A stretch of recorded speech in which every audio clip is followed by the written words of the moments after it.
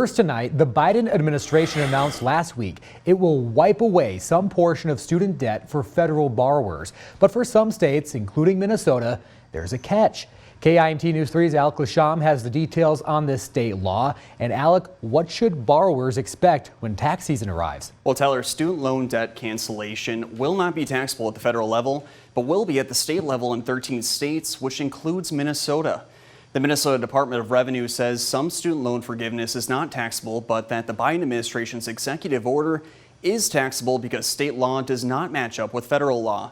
So here's how it works. If you receive $10,000 in debt forgiveness, then you likely will have to pay hundreds of dollars when tax season rolls around. That amount then doubles if you were a Pell recipient because the amount of debt that will be canceled is higher. The only way to fix the state law is to change it, which has to happen through the state legislature. Rochester's Representative Tina Liebling says it's likely the item will be picked up towards the end of next year's session.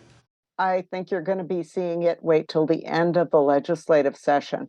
Now, that doesn't mean that there couldn't be a fix that would, make it retroactive, but it almost would never happen to have a tax bill that would be passed early in the session when one body is Republican and the other is Democratic majority. It just doesn't happen that way. I also received a statement from Senator Carla Nelson this evening, and she says this is another reason why Governor Walz should call a special session to pass the already approved tax bill, which included a provision that exempted forgiven student loans from income tax. Tyler. Right. Granted, will be a big talker in the coming months. Oh, yeah. Thank you very much, Alek.